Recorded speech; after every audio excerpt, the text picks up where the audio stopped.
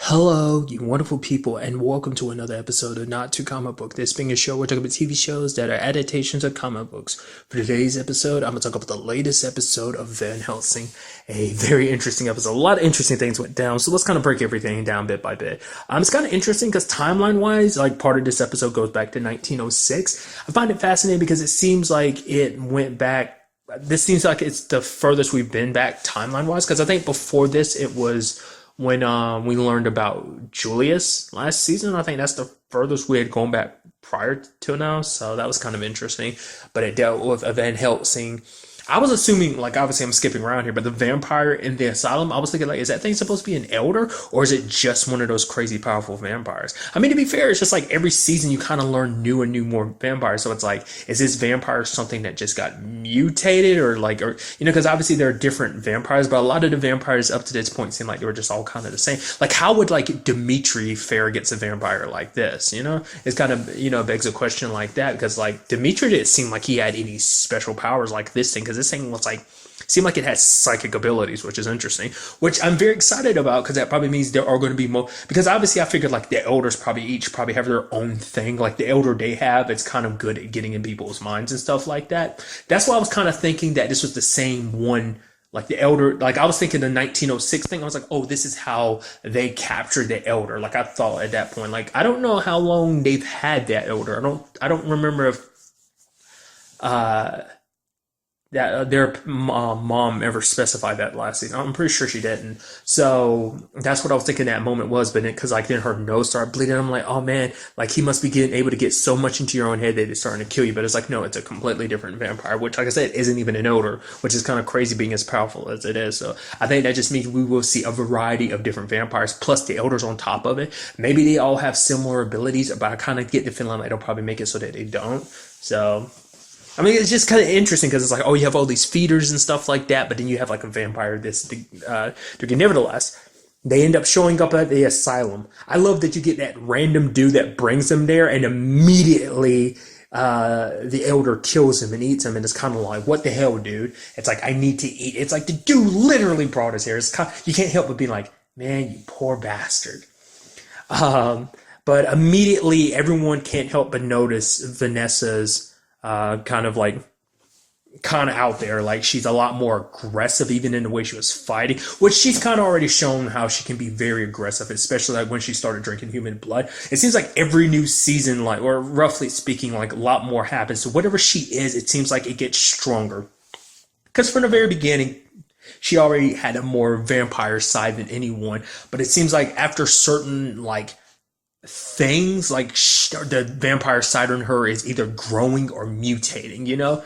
Because the question is, like, was it the elder biting her? Was that like him secretly doing something to change her, or did his bite mutate? Because she already probably has like two competing sides in her. There's the Van Helsing side of her and that vampire side of her. Probably getting the elder mixed in with that probably made that more complicated. Maybe it mutated the vampire side of her, or it just strengthened it, because it's like, oh, the elder, maybe it kind of connected Vanessa and the elder on some level like that. I mean, there's, like I said, there's a lot of conjecture on that front, because she's kind of a one of a kind situation. Because even like Scarlet doesn't seem like her situation is nearing the varying degree of Vanessa's. It's like that. It's like on a smaller degree. I mean, maybe eventually down the road, maybe Scarlet's could, but maybe because it started with Vanessa, like Vanessa has like the original like genetic code for it, that hers will constantly mutate and get stronger, but maybe Scarlet's will only stay at a certain level. Let's say Vanessa's at level 3, Scarlet will stay at level 1 when it comes to the whole situation.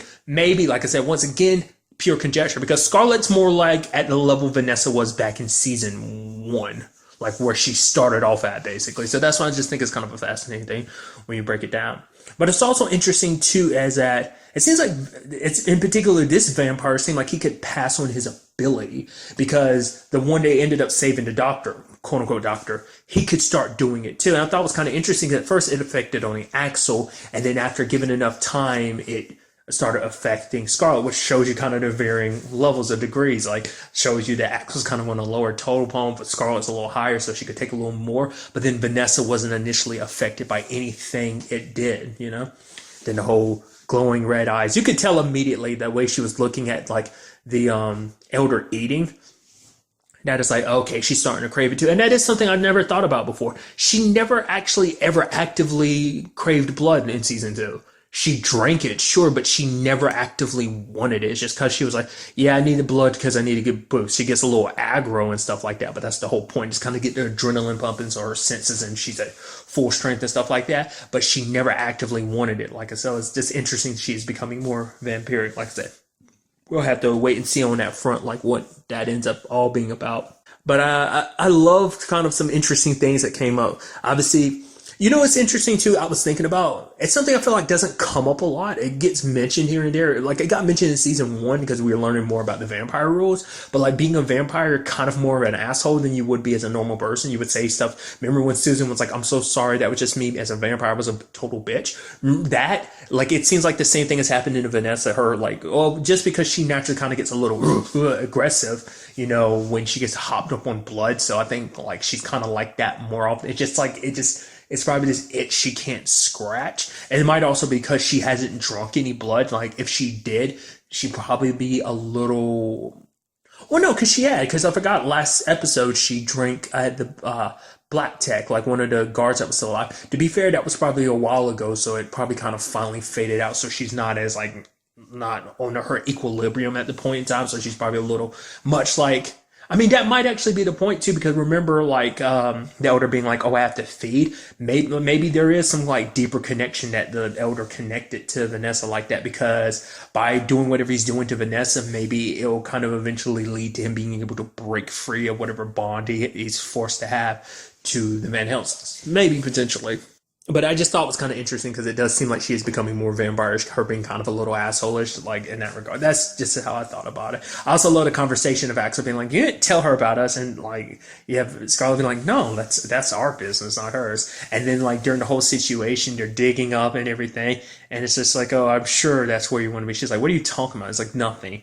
It's like, what about you and Axel? And it's like, what? No, like, me and Axel, yeah, we had our moment, but I mean, it's like, if there's anything between you and him, I didn't mean to step on your toes. She's like, I'm not into the Marine or whatever. She ends up being like, the fact of the matter is, like, everything is going down. Like, I'm too busy saving the world. But it kind of seems like, you're implying that you do kind of have a thing for Axel. Which it's kind of always been kind of apparent. There's always been kind of just like flirtatious thing between them. And then it's kind of like, I think Vanessa's kind of not willing to admit it because it's just that awkward situation of like, you're my sister too. And you're kind of with a dude that I potentially might have feelings for. So there's that complicated situation. But then she's kind of like, then Scarlett throws it in her face about like, oh, I'm not, you're like, oh, you say you're not into Axel? Well, what about the group shower? And she's like, wait, he told you about that? It's like, yeah.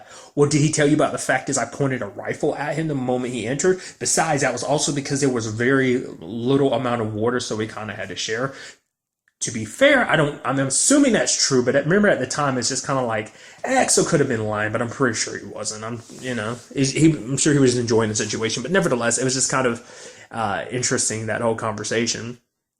But Scarlett ended up bringing up some interesting points, because for her, she was kind of getting a little pissed at Vanessa, because it's like, you won't talk to me. Like, the fact of the matter is, because she's like, I'm used to this anyway. She's like, what, you used to what? Digging up grave robbing. But you wouldn't know. Like, we're sisters, but you don't know me. And it's just like, in all this time, like, I try to talk to you, and you just kind of like, you kind of close off any attempts. And it's just kind of like, in retrospect, and that made me go like, oh, right. You guys have not spent a lot of time together. It's like, you were literally together, like, what, 1.5 episodes? If I'm remembering that correctly, I think so. Like, it's roughly that, because they weren't together that long before Vanessa was taken by Black Tech, and there was also like, they've only just reunited last episode, and even then, they even said it themselves, like, Vanessa's kind of been quiet the entire time. She hasn't really wanted to talk, so it's kind of like, okay.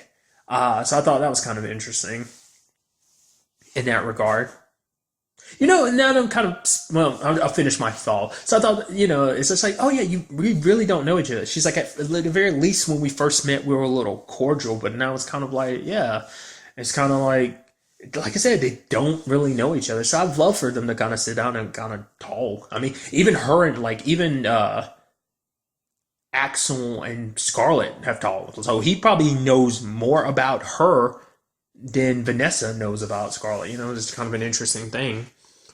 Also, this was, and to kind of prove that point even more about the fact that they haven't really talked, this was Vanessa's first introduction to like, wait, you're like me now? It's like, yeah, it happened while you were kidnapped. Like a whole like, oh yeah, I can cure people too because I'm kind of like what you are, you know? So I thought that was kind of interesting. Because you know what that makes me think about too? I mean, because it's a conversation she doesn't really want to have. It kind of got brought up around her. Was that around her? No, that was before she showed up, I think. The whole Dylan situation. Like, no, like, Axel found out about the Dylan situation before Scarlett showed up. So, like, that conversation's not happened around her. Like, she doesn't know Vanessa. I mean, I don't know, because you don't know how much Axel's told her, but it's like about Dylan and everything. It's like she had a niece and everything that she will never get to know, you know? So, I wonder will that be something that ends up coming up in conversation? Probably not, because it's something Vanessa probably would reluctantly bring up and probably doesn't even want to even reluctantly mention it, you know, so it's probably something she won't bring up at all. So, but like I said, we'll see in that regard. Another interesting thing about this episode is kind of once again going back to that thing I brought up before about the tone being a little different. This, just like also just a constant thing of Scarlett being like, sit here, you're not going anywhere. And it's just like they're about to leave the dock. It's like, yo, Doc, you should probably come along with us. And it's like, nope, you stay here. And it's just kind of like basically Scarlett shit talking the elder. It's kind of interesting. Like, oh, great, there you are being useless again. It's like it seems so interesting. It's almost like a back and forth between them, and no other character, like no act. Vanessa doesn't really have that with the elder, nor does Axel really. It's Axel to a certain extent, but it's mainly Scarlett and the Elder to have that back and forth, and I'm guessing that's going to be something we see continue forward in that regard. So, I also thought it was kind of interesting the Doc situation. I was like, okay, what's that going to turn out to be? It's like, oh, you're just some mad scientist. Like, what's going on? It's like, no, he was one of the patients. It's like, okay. How Axel handled that situation caught me off guard. I was like, oh, that's pretty brutal. Like, how he died like that. You know, it's kind of really kind of unnerving too because they show his leg twitching a little bit afterwards. So I'm like, that adds a little to it. I don't know why. That just kind of like it's like like I said, for whatever reason, like maybe I'm just being stupid, but I feel like already this seems bloodier. I don't know. Also, it's kind of interesting too because I forgot to bring that up, but the vampire's blood was like, was it like not translucent? Is that the right word for it? Like it seemed like glow in the darkish. It seemed like there was a greenish, what the word, teal color to it. Like I mean, obviously that stems from that vampire, but was it like was he mutated? Did like someone do some experiments on him? Because let's not forget those vampires are still running around causing whatever havoc they're causing. So maybe that has an effect on this. I doubt it. No, it definitely has no effect because he was already around and kicking in the 1906s. I mean, not no 1906s, 1900. So it's kind of like I said, I guess he's just a breed of vampire on his own. I'm curious to see whether they really dive in that a lot or not this season, like I was bringing up earlier. What was very fascinating is when they actually get, well, for one, the Elder kind of making quick work of him, just biting him in the neck and then ripping out his throat. I wonder, does that do anything for the Elder? Drinking, like, I mean, that was kind of like a thing that's come up a little bit in the show, vampires feeding off each other. Like Van Helsing, that's a completely different thing because you cure people. Would she have been able to cure him? Like, or would he be a pure blood or something like that? It's just an elder made it look so effortless. Even as strong as Vanessa is, even she struggled. It bit into his neck and it ripped out his throat. Cause the elder was saying that like it was messing with making his mind a little hazy, its powers. So I also thought it was kind of brutal when the doctor was like, oh yeah, and her head was caved in too. I was like, oh dude, that sucks. Like, but why? What is, it turns out to be a lie because when we actually get to Lily's grave, it turns out, oh, she's actually 100% okay. Her body actually looks like she literally died yesterday. Is that a Van Helsing thing? Or like, how did that happen like that? Why is that? Was there a spell cast? Like, I don't get that. Like, maybe there is some Van Helsing thing that makes it so your body, like I said, it's been over 100 years. Am I doing the math right? Yes. It's been over 100 years, and her body still looks like that. I'm curious if they ever bother explaining that or not. And it was also another thing I was interested too. It's like, oh yeah, like Lily was pretty skilled. It makes you wonder how much is that is training.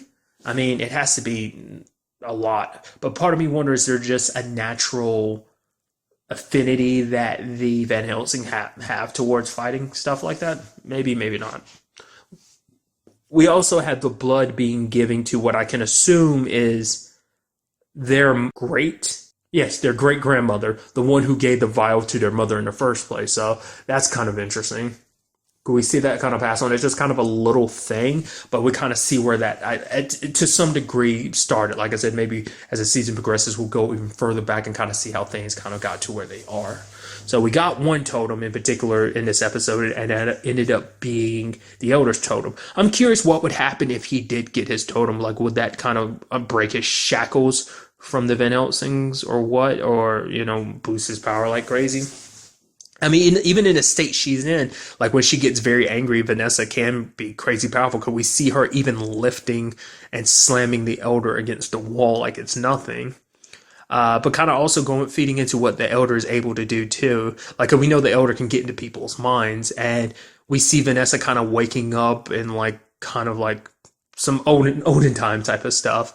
And so it's kind of interesting because it makes you wonder, is the Elder taking her into a memory, or is it just because his power is all about the mind that he's able to construct a fake world to get her to go through some mental training so that when the time comes back, it's like, oh, you do that training and now we're back here. It's only been like 3 seconds and you've done all the training and all that's transferred into your body type of thing.